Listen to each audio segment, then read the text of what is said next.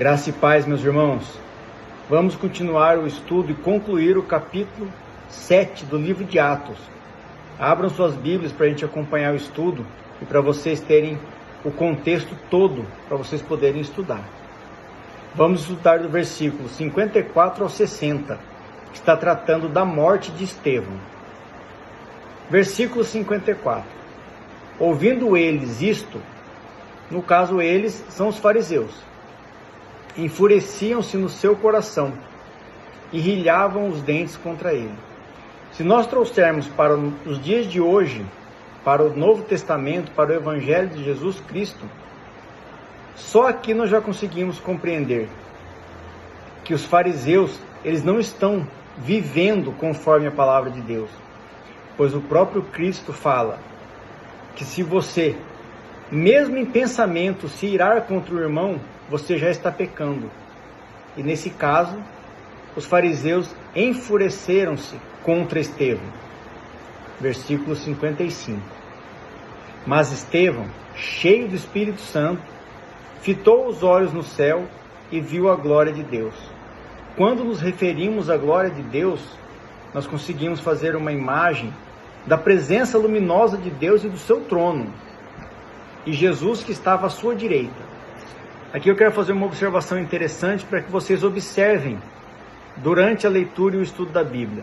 Sempre que nós temos uma referência à direita, ou à direita de Deus, ou à mão direita, ou vamos separar a direita, isso representa uma posição de honra, de poder, de vitória e de benevolência. Um exemplo aqui de uma outra passagem que fala sobre isso, para a gente deixar bem contextualizado aqui, é Mateus 25, de versículos 33 e 34. Colocará as ovelhas à sua direita e os bodes à sua esquerda. Então o rei dirá aos que estiverem à sua direita: venham vocês que são abençoados por meu Pai. Recebam como herança o reino que lhes preparou desde a criação do mundo. É uma referência à direita. Tem várias outras na Bíblia. Vamos continuar. Versículo 56.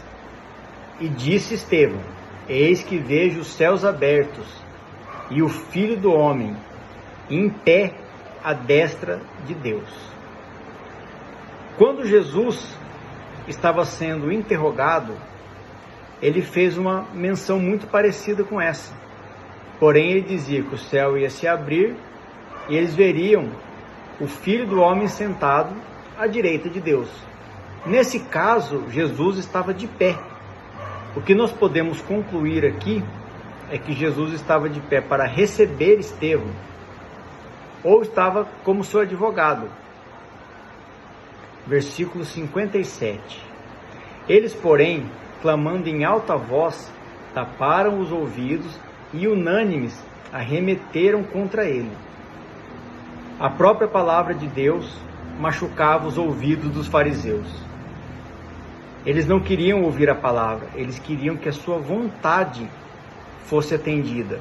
E no caso, nesse momento, era que eles queriam exterminar Estevão. Eles queriam parar com a pregação do Evangelho. Versículo 58. E lançando-o fora da cidade, o apedrejaram, lembrando que eles não poderiam matá-lo dentro da cidade, para não deixar a própria cidade impura. Isso de acordo com as leis judaicas daquela época. As testemunhas deixaram suas vestes ao pé de um jovem chamado Saulo. Esse Saulo é o mesmo Saulo que futuramente seria o Paulo, apóstolo Paulo, que escreveu praticamente metade do Novo Testamento com todas as suas cartas, do qual nós vamos contar a sua história adiante.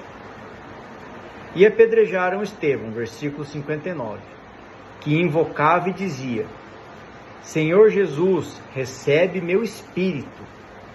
Então, ajoelhando-se, clamou em alta voz, versículo 60, Senhor, não lhes imputes este pecado. Aqui, mais uma vez, uma observação interessante.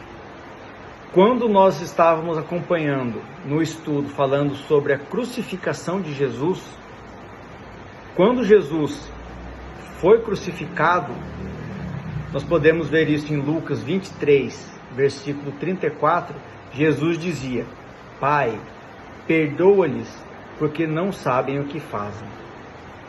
Com estas palavras adormeceu. É interessante, meus irmãos, nós observarmos que a Bíblia, em tudo, ela faz referência a Jesus. Tudo na Bíblia aponta para Jesus.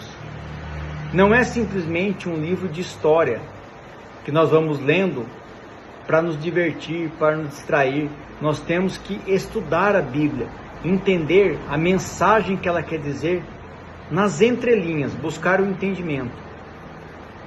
Sugiro a todos que leiam o capítulo todo de Atos 7, para que tenham um entendimento completo do contexto. Em João 8,32, tem uma frase muito conhecida nesse versículo, que diz: E conhecereis a verdade, e a verdade vos libertará. Busquemos conhecer essa verdade, meus irmãos, a verdade que está na Bíblia, a verdade que aponta para Jesus, como nosso Salvador e como Redentor dos nossos pecados. Que tudo seja feito para a honra e glória do nosso Senhor Jesus Cristo. Amém.